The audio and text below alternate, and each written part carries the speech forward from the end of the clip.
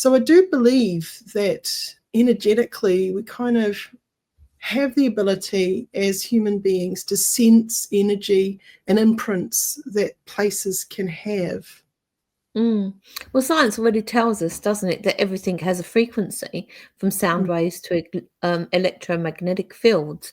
And I guess what happens, or the way I sort of tend to think of it, is that the emotions get sort of sucked up like a sponge absorbs the water into different areas or places or things. Have you ever noticed how certain places or people feel heavy or light? Could this be connected to the frequencies of collective or individual thoughts? And let's explore how might hypnosis help to shift these dynamics. I've got Teresa with me today, so I hope you enjoy this one. Hi, Meredith. It's really such an interesting concept, you know. We tend to think of energy in terms of physics and spirituality, but what if our thoughts, both personal and shared, actually create a kind of vibrational imprint in a space?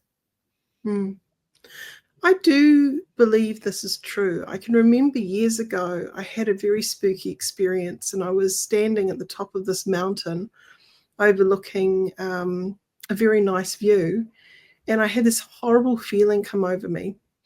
And a couple of years later, I actually was talking to a psychic, strangely.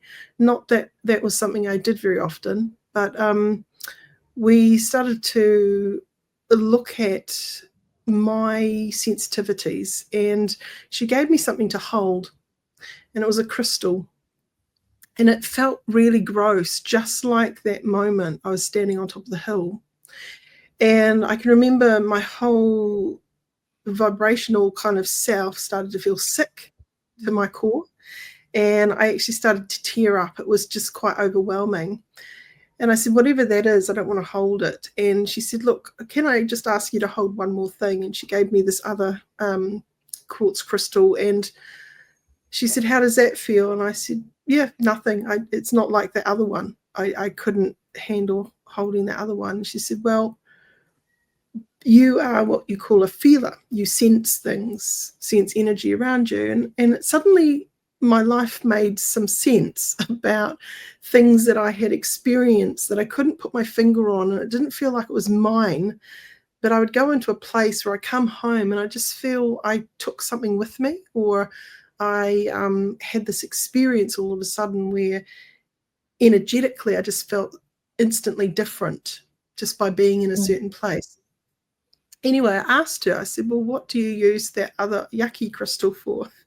And she says, well, when people have been raped, I have that to absorb all the horrible energy. Suddenly, I thought, wow, okay, potentially maybe I was standing in a place where someone had been attacked and raped, and that felt the same. It was quite strong.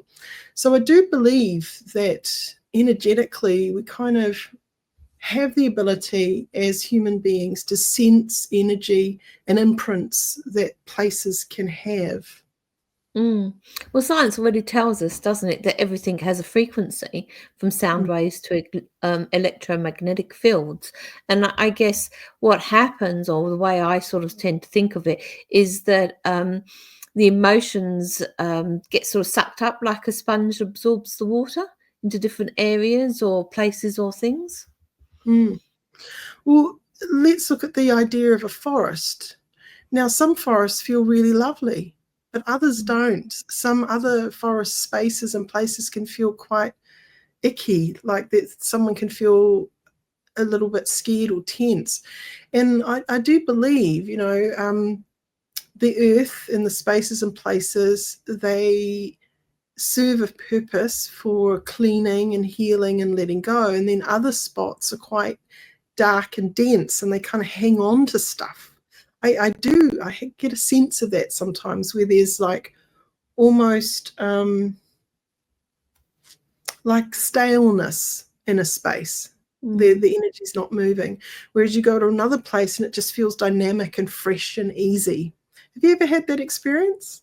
I have, yes, and I also think it depends on what you're feeling at the time sometimes to how different places actually feel. So if you're really feeling happy and joyous and, your energy vibration is really quite high, then walking into somewhere like a cemetery or something like that, or um a dark forest could have a completely different effect and feeling on how you actually pick up that vibration around you and things have gone round.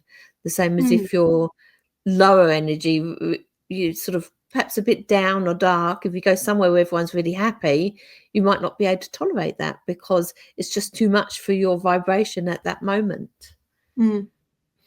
Yeah, and I think we're attracted often to music and places and spaces that feel the same way we might be feeling. So if we're in a bit of a dark, moody space, we might be listening to dark, moody music Mm. and want to go into an atmosphere that is kind of holding that. And if we're feeling light and breezy and happy, the last thing we want to do is put the heavy music on. So when we're thinking about that idea of things are always changing, and the thoughts we're thinking can definitely affect the field and how we are experiencing the spaces around us, for sure. Mm. Exactly. It's like this morning, I didn't want to get up to go to work, and it was like, oh, I'd just much rather, because it was quite cold and a dark morning. It's like I'd much rather lie here for a little bit longer underneath my duvet as the 5:30 alarm sort of went off.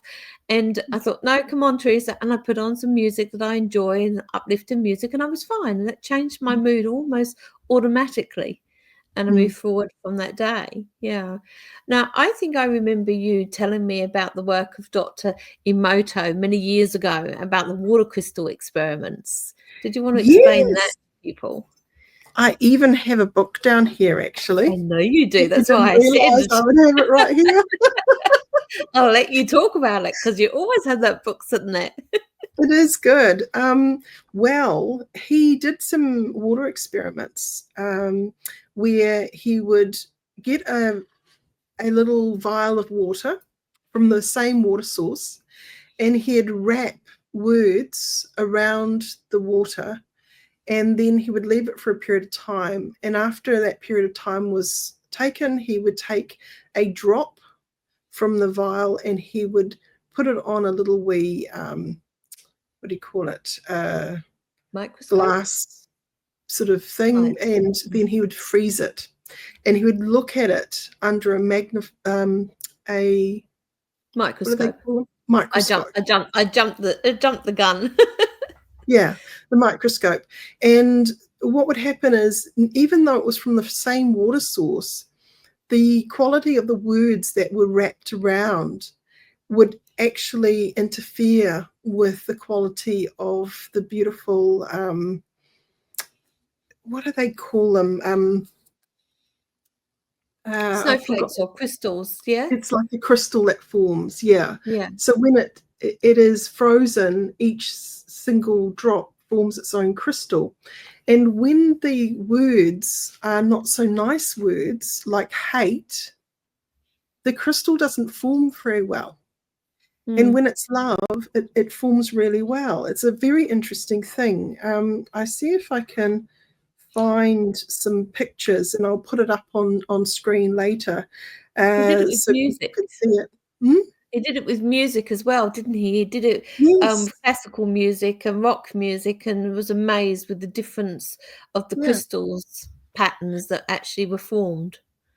So we've got you full in 3 different languages. That's you full, and they didn't form crystals. Amazing, eh? Mm. And then you've got angel and Satan. So very interesting stuff. So if anyone is interested in these, the work that he did, you can grab his book. He's passed away now, but he did some really amazing stuff. And yes, with the water and playing music to it, heavy metal versus Swan Lake and things like that would definitely be looking quite different. Just seeing if I can quickly find those pictures. And also doing prayers over different water sources. So before and after a Buddhist prayer, groundwater, and sort of after a prayer, was that they look quite different. So that's the prayer there. So that's the same water source. And then after the prayer was taken to the water, that's what it looked like. Even the colours changed there in that image as well, hasn't it? Yeah. Not just the form. So if people want to have a look at it, it's really fascinating. But, we're 80% or so water. And what we kind of need to be aware of is the thoughts we're thinking can affect our vibrational self. And if we want to feel different, we've got to shift the frequency of thinking. So if we're hating on ourselves, that's not going to be good for our health. And if we're really supporting ourselves, that's going to support our health. So Meredith, how can hypnosis actually help shift these energies? Well, I think we key into the art of suggestion. So the right suggestion in a positive vibrational tone is going to assist that client to shift into a better place. If we think about the power of reframing, so the power of taking an old thought that doesn't serve you into a more empowering thought and reinforcing that through hypnosis, that can be huge. And even inviting the client to imagine experiencing that positive intention, that positive belief, imagining and getting into that emotionally, that can really help to reset the program that they're going to run in the future. So, I think definitely hypnosis is a key strategy that people who are suffering from negative self-talk or limiting beliefs could really gain a lot of help from. By reframing. I guess we can also do that through guided journeys, hypnosis journeys as well. We can guide them through that, changing those negative beliefs into more positive thoughts. Absolutely. If we think about imagery, let's say you get someone to imagine a mountain, but someone they knew died on the mountain, or something terrible happened and mountains aren't good things for them, then that may well regress them into a not so nice vibration. So to do positive work, sometimes we need to tune in to the client and go, what is their happy space? What is their calm space? And to be utilizing what makes sense to them.